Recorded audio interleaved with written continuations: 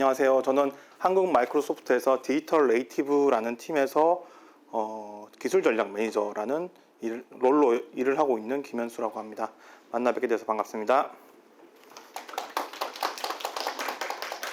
네, 제가 한국 마이크로소프트 여기 건물에서 이제 근무를 하고 있긴 한데 거의 재택을 하다 보니까 사실 이렇게 앞에 나와서 여기에서 말을 하는 건 사실 처음이거든요. 다른 행사에서는 많이 해봤는데 좀 살짝 떨리는데 진행해 보도록 하겠습니다. 오늘 제가 말씀드릴 거는 생성형 AI 어디까지 알아보고 오셨어요? 라는 주제고요. 제가 실제로 얘기를 하고자 하는 거는 생성형 AI, 특히 유저 익스피리언스의 변화가 많이 일어나고 있는데 어떻게 활용할지, 그리고 현재 어떤 사례들이 있는지를 간단하게 살펴보도록 하겠습니다. IT 쪽의 변화를 보면은 크게 이제 좀 많이 바뀌고 있는데, 최근에 보시면은 기존에 95년만 하더라도 뭐 각자의 그 데스크탑 그 책상 위에 개인 컴퓨터가 있고, 여기에서 보통 이제 인터넷으로 접속하는 시대가 95년에 열렸는데, 그 나중에 스마트폰이 나오면서 2007년부터는 모바일 앱 기반으로 많은 회사들이 이제 성장을 했습니다. 뭐 페이스북, 그다음에 OTT 쪽에는 넷플릭스, 우버, 에어비앤비 이런 회사들이 성장을 했는데, 이제는 또 새로운 시대가 열렸습니다. 그전에는 모바일 앱을 통해서 성장한 회사가 있었는데, 이제는 다시 AI를 이용을 해서 성장할 수 있는 기회가 열렸어요. 그래서 빌 게이츠의 게이츠 노트라는 그 사이트에 보면은 2023년 3월에 그 AI 시대가 시작이 됐다라는 블로그가 기고가 됐어요. 여기에 보면은 빌 게이츠가 생각했을 때 기술적인 데모를 보고 정말 이 기술은 혁신적이다 라고 했던 게 예전에 이제 1980년에 선보였던 GUI 기술, 그리고 지금 현 시점에서도 모든 디바이스에서 다 그래픽 기반으로 인터페이싱을 하고 있잖아요. 그런데 이제는 이런 생성 AI 시대가 새로운 혁신을 가져올 수 있을 것이다 라고 이야기를 하고 있습니다. 그래서 그 부분이 어떻게 현재 일어나고 있는지에 대해서 이야기를 해보도록 하겠습니다. 먼저 개발자 분들이 봤을 때 이미 많은 분들이 사용을 하고 계실 거라고 믿고 있습니다. GitHub 코파일럿입니다. 그래서 저희가 개발을 하고자 할 때 특히 한쪽 언어, 내가 하나의 언어에 대해서는 좀 마스터를 하고 있다라고 하면은 그게 타입스크립트가 됐던, 아니면은 뭐 C# 됐던, 고랭이 됐던, 또는 파이썬이 됐던, 자바가 됐던 다른 랭귀지로 전환하더라도 내가 하고자 하는 의도를 주석으로 잘 명시를 하면은 자동으로 코드를 생성해 주죠. 그래서 많은 개발자분들이 이미 활용을 하고 계실 거예요. 그래서 기존에 개발하던 습관, 예를 들어서 뭐 구글에서 검색을 해서 검색된 결과를 활용해서 붙여놓고 테스트해보고 이런 것들을 할 때 이 코드의 품질이 어느 정도 레벨이 도달했는지 이런 것들을 고민했을 텐데, 이제는 그런 거 고민 안 하셔도 된다라는 얘기입니다. 시니어급의 상당히 능숙한 코드가 자동으로 만들어지고, 그렇게 펑션이 만들어지면 관련된 펑션들도 자동으로 또 추천을 하는 이런 것들이 이미 저희 개발 세계에서는 이루어지고 있고요. 현업에서도 이런 서비스들을 좀 활용을 해볼 수가 있습니다. 글씨가 다 깨졌네요. 이걸 어떻게 해야 될까요? 이거 네, 이게 이제 저희 마이크로소프트에서 만들었던 그 덱이 이렇게 이제 한글 맥북에 올라갔을 때 깨진 증상이 좀 있더라고요. 그래서 일단 제가 그냥 말씀으로 설명드릴게요. 그래서 M365 코파일럿 같은 경우에는 현업분들이 솔루션을 통해서 업무에서 도움을 받을 수 있도록 만드실 수가 있어요. 예를 들어서 한 3시간 후에 제가 뭐 미팅이 이제 시작이 돼서 그 미팅에서 뭘 해야 되는지, 내가 뭘 준비해 가면 될지를 물어보면은 아웃룩에 있는 일정에 누가 들어와 있는지, 그리고 그 사람들하고는 어떤 주제로 이야기를 하려고 그 미팅이 잡혀 있는지, 이런 것들을 정보를 캐치를 하고, 그 전에 주고받았던 이메일 또는 그 전에 주고받았던 채팅, 팀즈와 같은 솔루션에서 제공하는 채팅, 그리고 그 안에 첨부 파일이 있다라고 했을 때 엑셀이나 파워포인트나 또는 워드나 이런 문서에 있는 정보들을 같이 수집을 해서 이 미팅에서는 이런 것들을 준비하셔야 됩니다 라고 가이드를 받을 수가 있다는 거죠. 그리고 미팅이 끝나고 나면 그 미팅이 종료된 이후에 누가 무엇을 언제까지 해야 될지에 대한 액션 아이템 이런 것들까지도 자동으로 다 도출해서 전달해 주는 게 이미 마이크로소프트 365 코파일럿 서비스를 통해 가지고 제공이 되고 있습니다. 그래서 이런 것들이 단순하게 이런 솔루션 레벨에서만 쓸 수 있는 것뿐만 아니라 API 레벨에서도 쓸 수 있도록 제공하는데, 그게 바로 애저에서 제공하고 있는 오픈 AI 서비스입니다. 그래서 컨텐츠를 생성한다거나 요약을 한다거나 번역을 한다거나 또는 코드를 생성하거나 아니면 좀 더 검색을 고도화하고자 할 때 많이 활용하고 계세요. 특히 한국 같은 경우만 하더라도 지식관리 시스템, KMS라고 불리는데 뭐 예를 들어서 컴플런스를 쓴다 아니면 노션을 쓴다 다양한 뭐 저장소들이 있을 거예요. 그런 저장소에 있는 정보들을 모아서 좀 더 쉽고 빠르게 내가 원하는 정보를 검색할 수 있게끔 이런 것들을 내부 프로젝트화해서 할 때 이런 오픈 AI 서비스들을 먼저 활용을 해볼 수 있고요. 그 외에도 뭐 교육, 서적, 뭐 전자상거래, 금융, 고객센터를 만들 때도 활용을 하고 있습니다. 이 부분에 대한 것들은 나중에 마지막에 어떤 고객사들이 실제로 하고 있는지, 한국 사례는 어떤 것들이 있는지 짧게 소개해 드릴 거예요. 그 중에서 이제 생성형 AI가 어떤 것들을 좀 도와주고 있는지를 살펴보면은 초록마을의 예시가 하나가 있을 것 같아요. 초록마을에 보면은 검색 엔진이 기존의 엘라스틱 쪽에 있는 검색 엔진을 썼습니다. 그런데 검색 결과가 잘 안 나와요. 예를 들어서 뭐 시리얼을 검색했는데 시리얼이 나와야 되는데도 불구하고 시리얼과 관련된 제품들이 안 나오는 거죠.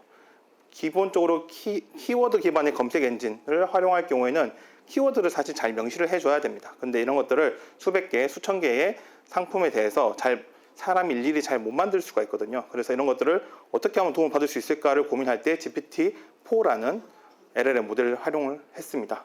그래서 기존에 있던 상품에 대한 정보라고 하면 상품 제목, 상품 설명이 있고요. 그리고 상품에 대한 리뷰가 있습니다.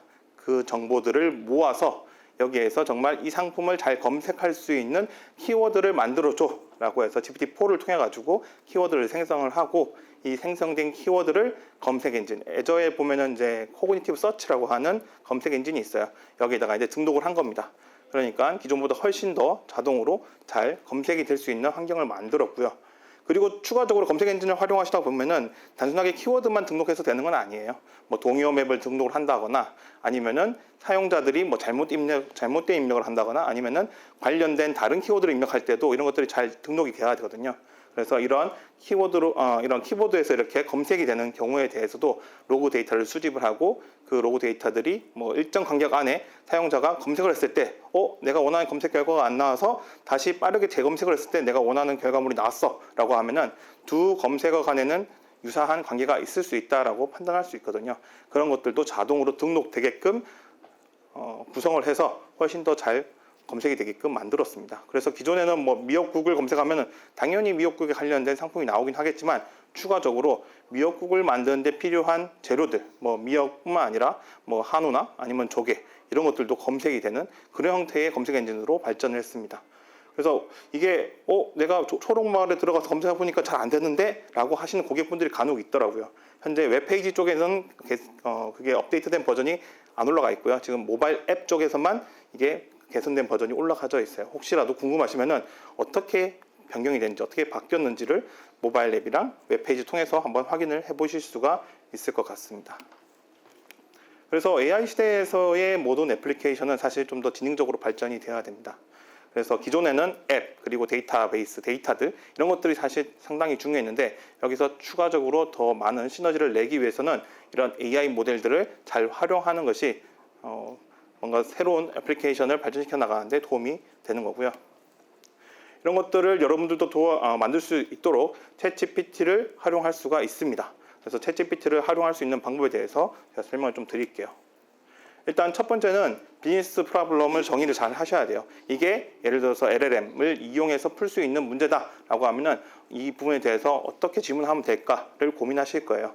그래서 첫 번째는 좋은 질문을 하는 겁니다. 프롬프트 엔지니어링이라고 하는 거고요. 그 다음에 이게 데이터가 외부에 있는 데이터들을 좀 참조를 해야 돼 라고 하면은 라그라고 하는 아키텍처를 차용을 할 수가 있고요. 여기에서 모델들이 몇 가지가 있습니다. LLM 모델을 보면은 뭐 GPT 3.5 터보도 있고 GPT 4도 있고 그리고 임베딩을 할 수 있는 API도 있는데 이런 것들을 시기적절하게 용도에 맞게끔 선택해서 사용해야 합니다. 비용도 다르고 추론하는 시간도 다르고 다 다르거든요. 이 API에 대한 성격을 이해를 하시고 API를 또 활용을 하셔야 됩니다. 그리고 여기에서 인터페이스에 대한 변화가 있습니다. 기존에는 뭔가 짜여진 정형화된 이런 폼에다가 내가 그 폼에 맞춰서 뭔가 행위들을 했어야 되는데 이제는 그렇게 할 필요가 없어요.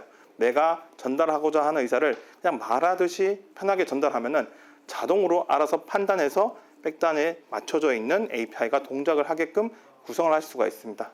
이제 그런 펑션 콜링 기능들을 활용할 수가 있고요. 그리고 난 코드도 모르는데 나는 완전히 뭐 코드를 새롭게 만드는 거 아니면 기존에 API도 없어 이런 것도 어떻게 해야 되지? 라고 했을 때는 코드도 다 자동으로 만들어주고 실행시켜 줍니다. 그런 기능들도 활용할 수 있고 여기에다가 우리 데이터가 너무 많고 나는 이 데이터를 매번 호출하는 이 프롬프트가 너무 양이 많아져 가지고 비용이 좀 부담이 돼. 이 데이터를 그냥 아예 내 전용 LLM으로 맞춤형으로 커스터마이징 할 수 있을까요? 라는 물음에 답을 할 수 있는 파인 튜닝 기능도 제공을 하고 있습니다. 그리고 여기 LLM 애플리케이션을 완성하는 이러한 과정이 사실은 그렇게 간단하지만은 않을 수도 있어요. 그냥 뭐 RAG 아키텍처를 사용을 하면 된다라고 이야기를 할 수도 있지만 실제 LLM 애플리케이션을 만들어가는 과정은 뭐 테스트도 많이 해봐야 되고 중간에 바꿔야 될 것도 많고 다른 AI 서비스들 또는 API 서비스들 연동을 해야 되는 이런 복잡한 것들이 많습니다. 그래서 이런 것들을 잘 조합을 하는 오케스트레이션을 잘 할 수 있는 도구 또는 테스트를 할 수 있는 도구가 필요한데 이런 부분에 대해서 제가 하나씩 설명을 좀 드릴게요. 먼저 좋은 질문으로부터 시작을 하셔야 됩니다. 그래서 챗GPT로부터 좋은 답변을 얻으려면은 질문을 잘 할 수 있는 능력이 필요합니다. 이게 이제 프롬프트 엔지니어링이라고 하는데요. 명확하고 간결하고 구체적인 지침을 작성을 해야 됩니다. 여기 있는 내용을 이제 예시를 들면은 예를 들어서 너는 엑스박스 에이전트 봇이야. 너는 사람을 고객들을 도와줘야 되는데 친절하고 상냥하게 네가 대답을 하면 돼. 그런데 뭐 경쟁사 제품에 대해서는 네가 굳이 얘기할 필요는 없어. 그래서 너한테 미리 알려줄게. 예를 들어서 플레이스테이션 5가 얼마야? 라고 물어보면은 죄송합니다. 제가 플레이스테이션은 경쟁사 제품이라서 제가 말씀드릴 수가 없을 것 같습니다. 라고 예시까지 내가 알려줄게. 라고 작성하시면은 프롬프트를 잘 작성하는 하나의 예시다. 라고 보시면 돼요. 여기 보면은 페르소나를 정의했고요. 너는 무엇이야? 너는 무엇을 해야 된다? 라는 것도 이야기를 했고요. 그리고 관련 데이터들, 예를 들어서 뭐 경쟁사 제품에 대해서는 이렇게 이야기를 하는 게 맞아. 뭐 이런 것들도 퓨샷 러닝이라고 해서 밑에 있는 샘플 예시를 제공해주는 예가 될 수가 있고요. 그리고 뭔가 이런 것들을 이제 추론을 하는 단계에 있어서 천천히 하나씩 생각을 하면서 추론할 수 있게끔 이런 COT라고 하는 기법을 이용을 하는 것도 있습니다. 그리고 내가 입력한 이런 프롬프트가 사용자에 의해서 변질되거나 아니면은 뭔가 주입돼서 이게 다른 용도로 사용되면 안 되잖아요. 그래서 이런 인젝션 공격에도 시작하지 않게끔 그리고 내가 만든 프롬프트가 외부로 유출되지 않게끔 잘 보호해야 되는데 이런 거는 코드 레벨에서 백틱과 같은 이런 구분자 기호를 이용하시면은 좀 더 안전하게 만드실 수가 있어요. 그리고 프롬프트 엔지니어링을 정말 잘할 수 있는 비법이 뭐가 있을까요? 내가 뭔가 이런 비즈니스 프로블럼이 주어졌을 때 이런 것들을 짧은 시간 안에 한 번에 딱 만들 수 있을까요? 라고 질문하는 분들이 있는데 그런 길은 쉽진 않습니다. 그게 이제 경험치가 증가하게 되면은 그 시간이 짧아지긴 하는데 보통 천리길도 한 걸음부터라고 하는데 보통의 경우에는 반복적으로 계속 시도하면서 더 나은 결과, 더 짧은 이런 프롬프트로 실행이 될 수 있는지 이런 것들을 반복적으로 테스트를 해 보셔야 돼요. 이거는 이제 앤드류 교수님이 만든 딥러닝.ai 그쪽 가시면은 이런 프롬프트 엔지니어링 관련된 좋은 예시가 있는데 그걸 한번 직접 보시고 그다음에 실제로 실행을 해 보시면서 공부를 하시면 도움이 됩니다. 그리고 두 번째는 외부에 있는 데이터를 활용하는 거예요. LLM이라고 하는 특히 오픈 AI에서 제공하고 있는 모델들은 2021년 9월까지 학습된 데이터를 기반으로 모델을 다 활용을 할 수가 있습니다. 그래서 2021년 9월 이후의 데이터에 대해서는 얘가 답변을 할 수가 없어요. 그래서 2021년 9월 이후의 데이터를 질문하게 되면 얘가 보통의 경우에는 할루시네이션이라고 해서 막 이상한 말들을 만들어낼 수가 있습니다. 그래서 이런 데이터들에 대한 것들 또는 우리 회사에 가지고 있는 데이터셋들이 있는데 이 데이터셋을 기반으로 답변을 하게끔 만들고 싶어 라고 했을 때 쓸 수 있는 방법이 바로 Retrieval Augmented Generation이라고 부르는 이 RAG라는 아키텍처 기법입니다. 그래서 글자가 다 깨져서 죄송한데요. 처음에는 질문을 하는 거예요. 사용자가 질문을 하는 건데 사용자가 질문을 하게 되면은 그 사용자 질문에 맞춰서 이 데이터가 외부에 있는 것에 맞춰 가지고 이제 검색을 해서 요청을 하는 거예요. 그래서 외부에는 검색 엔진이 보통 존재를 하게 되고요. 여기서 조회를 해서 가져오면은 조회된 데이터와 내가 LLM에 질문을 하고 싶어하는 프롬프트 이런 것들을 이용해서 데이터를 증강시킵니다. 그래서 이걸 데이터를 좀 조작을 해서 데이터를 늘리게 되고요. 이걸 기반으로 이제 LLM에 질의를 하고 LLM에서 나온 결과를 활용하는 식으로 쓸 수가 있습니다.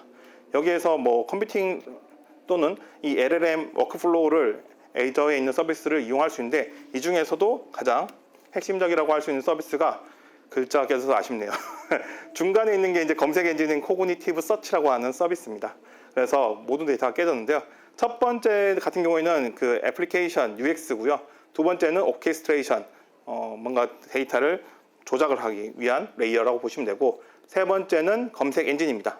네 번째가 실제 검색 엔진에 들어가고자 하는 원본 데이터 소스가 되고요. 다섯 번째가 이제 LLM이라고 보시면 될 것 같아요. 그래서 일단 검색 엔진에 데이터가 들어가 있어야 돼요. 그래서 기존에 있는 뭐 내 로컬 PC에 있는 데이터 파일이 될 수도 있고요. 아니면은 뭐 클라우드에 올라가 있는 스토리지에 있는 데이터가 될 수도 있고, 아니면 강경 데이터베이스 또는 노시컬 데이터베이스에 있는 데이터들을 검색 엔진에다가 연결을 시킬 수가 있습니다. 이렇게 연결을 하면 좋은 점이 뭐 물론 REST API 통해 가지고 계속 업데이트하고 인서트하고 하면 되지만, 이런 데이터들을 연결을 시켜 놓고 자동으로 싱크를 맺어 두면은 자동으로 계속 검색 엔진이 갱신이 되니까 훨씬 편하게 사용을 할 수가 있게 되는 거죠. 그리고 여기에서 이제 실제 애플리케이션에서 이제 질문이 들어올 거예요. 그래서 쿼리가 들어오게 되면은 중간에 있는 오케스트레이션 레이어, 여기에서는 일반적으로 그냥 뭐 여러분들이 잘 쓰시는 랭귀지로 개발을 하시면 되는데, 그런 것들도 좀 귀찮고 좀 더 쉽고 편하게 만들고 싶어라고 했을 때 사용할 수 있는 게 바로 프레임워크라는 게 있습니다. 가장 많이 이제 이야기가 되는 게 랭체인이라는 게 있죠. 이런 랭체인을 써도 되고요. 아니면은 뭐 마이크로소프트에서 제안하는 시멘틱 커널도 있을 수가 있고요. 또는 저희 쪽에서 얘기하는 프롬프트 플로우라고 하는 오케스트레이션 도구를 활용을 할 수가 있습니다. 여기서 이제 질의를 받게 되면은 그 질의한 내용에 대해서 외부에 있는 데이터들을 참조하기 위해서 질의를 검색 엔진에다가 하게 됩니다. 그래서 질의에 대한 검색 엔진에 대한 결과를 가져오는데, 경우에 따라서는 원문 데이터 소스에 있는 데이터까지도 포함해서 데이터를 가져오게 되고요. 여기에 나온 결과를 이제 LLM에 질문을 하는 겁니다. 그래서 내가 원하는 결과를 찾는 형태로 만들 수가 있고요. 여기에서 조금 더 나가서 우리는 데이터들을 검색을 할 때 뭐 키워드 방식이 아니라 뭔가 문맥적인 의미, 유사한 의도가 있으면은 그거를 검색을 해서 가지고 와서 활용을 하고 싶다라고 했을 때 쓸 수 있는 게 임베딩이라는 기법입니다. 그래서 기존에 있는 문서 정보들을 임베딩 API, 오픈AI에서는 텍스트 임베딩 ADA002라고 하는 API를 제공하고 있어요. 이 API를 이용하시면은 1536개의 그 차원의 벡터 데이터가 나오게 됩니다. 그래서 문장을 주시게 되면은 이 문장에 대해서 그 벡터화된 데이터를 받을 수가 있어요. 그 벡터화된 데이터를 코그니티브 서치라는 서비스에다가 넣을 수가 있습니다. 코그니티브 서치를 사용하면 좋은 점이 별도로 외부에 있는 다른 별도의 뭐 파인콘과 같은 이런 서비스를 활용할 필요 없이 그냥 쉽게 매니지드 형태의 서비스로 바로 벡터 데이터베이스로 쓸 수가 있어요. 인덱스만 만들어가지고 벡터 정보를 집어넣으면 됩니다. 그렇게 집어넣고 나면은 나중에 이제 똑같이 애플리케이션에서 또 질의가 오겠죠. 질의가 오게 되면은 이번에는 벡터 엔진으로 바로 검색을 하는 게 아니고요. 오픈AI가 제공하고 있는 그 임베딩 API에 먼저 질의를 한 다음에 질의에 맞는 벡터화된 데이터를 찾고 그 벡터 데이터를 다시 벡터 검색 엔진에다가 요청을 하는 방식으로 됩니다. 그러면은 이제 보통 코사인 시뮬레이티 기법으로 가장 유사도가 높은 컨텐츠를 가져오게 되고요. 그 컨텐츠를 가져오게 되면 다시 오픈AI에 있는 GPT-3 3.5 터보나 아니면 GPT-4를 이용해서 요약하는 형태로 활용을 하실 수가 있습니다. 그러면 여기 지금 제가 보면은 보통 이제 크게 카테고리 보면은 세 가지 모델을 말씀드리고 있어요. GPT 3.5 터보, 그다음에 GPT 4라는 모델이 있고요. 그리고 임베딩 API가 있습니다. 여기 중간에 있는 일반적인 질문들을 할 경우에는 보통 GPT 3.5 터보 모델을 활용하게 됩니다. 특히 한국어 같은 경우에는 토큰에 대해서 랭스가 좀 불리한 경우들이 있습니다. 그럴 경우에는 GPT 35 터보 16K 모델을 사용하시게 되고요. 여기에서 일반적으로 문제가 잘 해결되지 않는다라고 했을 때 우측 상단에 있는 녹색 부분 GPT-4라는 모델을 활용할 수가 있고요. 그리고 우리가 그냥 이런 데이터들을 미리 임베딩을 해놓고 임베딩 값을 이용해서 조회해서 사용하겠다라고 했을 때는 좌측 밑에 있는 임베딩 API를 활용을 하실 수가 있습니다. 텍스트 임베딩 ADA002라고 하는 모델이에요.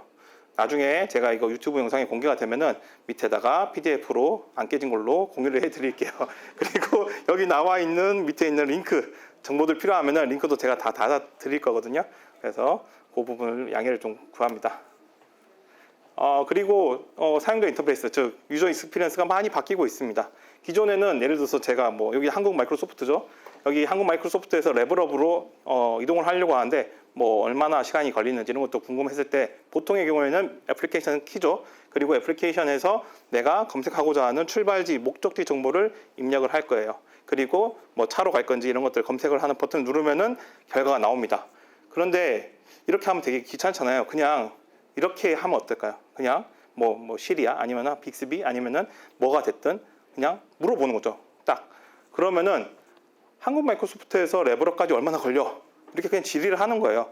내가 알고 싶은 거는 단순하거든요. 얼마나 걸리는지가 알고 싶은 거기 때문에 이렇게 질의를 하면은 자동으로 애플리케이션에서 내가 하는 문맥적 의미를 이해를 하고 백단에 어떤 API를 연결을 해서 호출해야 되는지를 스스로 판단하고 결과를 가지고 온 다음에 요약해서 알려주는 거죠.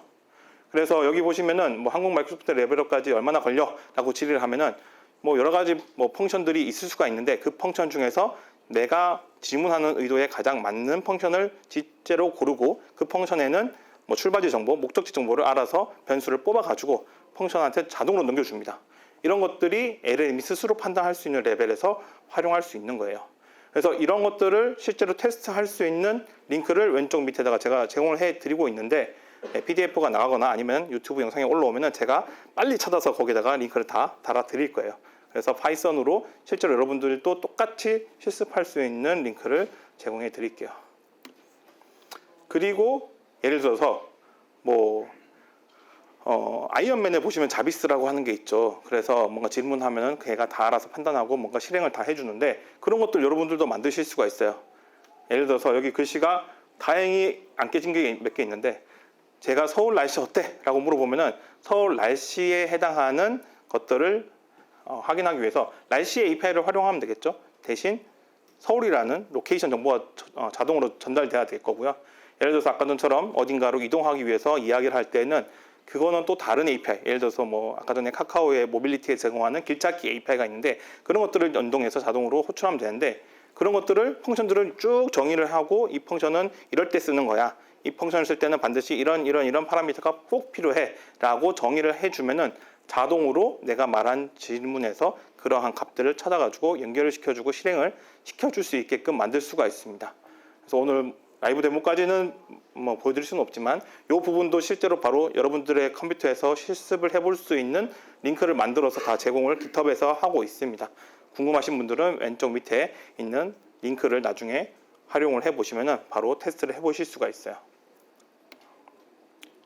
그리고 여기까지만 하더라도 이미 기존에 제공되고 있는 API가 있거나 또는 펑션이 있을 때의 이야기예요.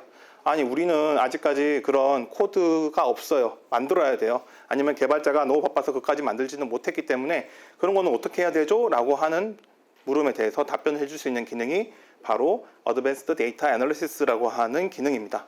이건 GPT-4에 지금 현재 베타 버전으로 나와 있는 기능이고 기존에 있었던 이름은 코드 인터프리터입니다. 얘는 질의를 하게 되면은 그 질의에 맞춰서 자동으로 코드를 생성을 해주고 실행을 하고 실행된 결과를 알려주는 형태로 동작을 합니다. 제가 이제 그 마이크로소프트 여기 있으면서 고객사분들 돌면서 이렇게 프롬프트 엔지니어링 워크샵들을 좀 하고 있어요. 그래서 하루짜리 워크샵을 하고 있는데 여기에서 나온 설문조사 파일들이 있는데 이런 것들을 궁금해가지고 물어보니까 이렇게 분석을 해줍니다. 프롬프트 워크샵의 설문조사 데이터야. 분석해서 고객의 만족도를 시각화해 줄래? 라고 질문하면은 알아서 CSV나 엑셀 파일을 업로드한 그 첨부 파일에 대해서 분석을 하고 분석된 결과를 제가 뭐 컬럼은 이거는 어떤 거야? 라고 설명하지 않더라도 얘가 알아서 설명까지 다 해줍니다. 그리고 만족도 조사라는 거를 하기 위해서 여기에서는 예를 들어서 뭐 세션 C셋이나 또는 오픈에어 언더스탠딩과 같은 컬럼이 지금 네가 하는 거에 적합한 필드인 것 같아 라고 알려주는 거죠. 그래서 제가 이거를 파이 차트로 시각해줘 또는 바 차트로 시각화를 해줘 라고 하면은 자동으로 이렇게 차트까지 다 만들어서 제공을 한다는 거예요. 물론 이거는 이제 뭐 하나 예시인 거고요. 여기서는 뭐 이미지를 리사이즈 한다거나 아니면 이미지를 영상으로 변환한다거나 파이썬 코드에서 할 수 있는 대부분의 작업들은 사람이 말만 하면은 다 자동으로 코드를 실행을 시켜줍니다. 만약에 문제가 있어서 에러가 난다 라고 하면은 이 부분에서 에러가 나는데 이 부분을 어떻게 문제를 풀기 위해서 이렇게 시도를 해볼게요 라고 하면서 스스로 또 실행을 하면서 코드를 만들어내요. 그래서 코드가 없더라도 코드를 만들어 주기 때문에 실행된 결과물을 또 얻을 수가 있고 필요에 따라서는 이런 코드들을 다시 재활용해서 활용을 할 수가 있다는 거죠. 그래서 코드를 몰라도 이제는 개발을 할 수 있는 시대가 열리고 있습니다. 그리고 영어가 다 깨지는 것 같아요. 그래서 여기 예를 들어서 이제 이런 것들이 대량으로 이제 질의를 할 경우들이 있어요. 그래서 왼쪽에 밑에 있는 그래프가 파란색으로 이렇게 쭉 크게 나와 있는데 이게 이제 프롬프트 또는 그 응답에 대한 그 컴플리션 데이터를 받았을 때 발생되는 비용입니다. 그래서 왼쪽에 이제 조금 더 크게 이렇게 잡혀 있는 부분이 인풋으로 들어가는 프롬프트고 위쪽에 조금 작게 나온 부분이 이제 컴플리션인데 인풋으로 들어가는 프롬프트에 대한 비용이 너무 많이 발생하는 경우들이 있어요. 그럴 경우에는 반복적으로 똑같은 질문을 계속 넣어서 비용이 증가되게끔 만들기보다는 오히려 애초에 그냥 이런 데이터셋을 미리 학습을 시키는 거예요.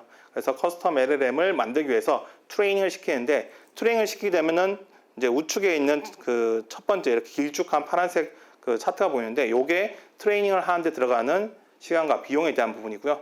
그리고 밑에 하늘색 부분이 밑에 있는 부분이 이제 이런 커스텀 모델을 만들었을 때 이거를 사용하겠다. 내가 커스텀 모델을 사용하겠다라고 하면은 커스텀 모델을 호스팅하는 비용만 추가로 사용하시면 됩니다. 그리고는 프롬프트에 대한 비용이 줄어드니까 훨씬 더 저렴하게 또 사용을 하실 수가 있게 됩니다. 그래서 우리만을 위한 데이터셋을 넣고 그것을 활용하고자 할 때는 이런 파인 튜닝 기능을 지금 현재 제공을 하고 있습니다. 그리고 이런 개발을 할 때 보면은 단순하지 않습니다. 보통 이런 LLM 어플리케이션 만들 때 상당히 복잡한 플로우가 발생을 하게 됩니다. 그래서 이런 플로우를 만들 수 있는 기능, 이렇게 개발을 하고 개발할 때 플로우를 바꿔가면서 테스트를 하고 그리고 내가 만든 이러한 일련의 과정이 대량으로 테스트를 한번 해봐야 돼요. 특히 LLM 같은 경우에는 응답이 약간씩 틀어지면서 내가 원치 않는 대답이 나오는 경우들이 있습니다. 그럴 경우에는 프롬프트를 좀 더 만진다거나 아니면 후처리하는 레이어를 둔다거나 이런 작업들을 해 주셔야 되거든요.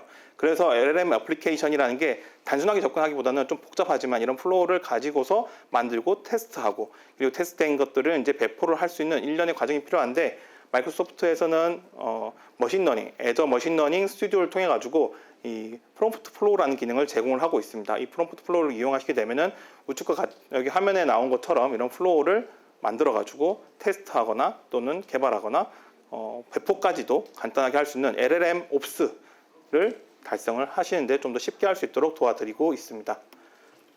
그래서 지금 제가 지금 설명드렸던 이 과정을 이해를 하신다라고 하면은 LLM 어플리케이션을 만드는데 큰 도움이 될 수 있을 거라고 생각이 들고요. AI 혁신을 주도할 수 있는 주체는 여기 계신 분들이죠. 사실 오늘 토요일이고 날이 엄청 좋은데 여기에 이제 비용까지 부담하시면서 많은 분들이 오신 걸로 알고 있습니다. 그래서 여기 오신 분들이 아마도 뭐 한국에서도 이런 또 새로운 그 기존의 뭐 넷플릭스나 아니면은 에어비앤비 같은 그런 앱들이 있었는데 이런 AI 앱들을 만들 수 있는 주역이 될 수 있을 거라고 믿고요. 그리고 한국 마이크로소프트에서도 이런 것들을 할 수 있도록 많이 돕도록 하겠습니다. 그리고 약간 마지막으로 이제 홍보를 한 개 더 하자면은 다음 주 목요일 날 26일 날 생성형 AI를 좀 한다는 스타트업들의 노하우 전격 대방출이라는 행사를 학동역 근처에서 할 예정에 있습니다.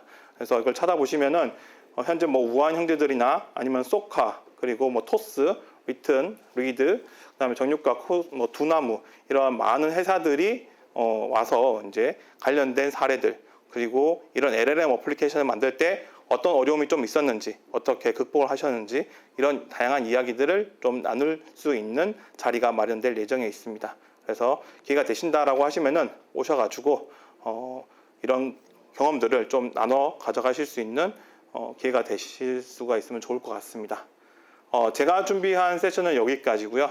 예, 오늘 제가 상당히 지금 약간 놀란 상태로 이렇게 진행을 했는데요.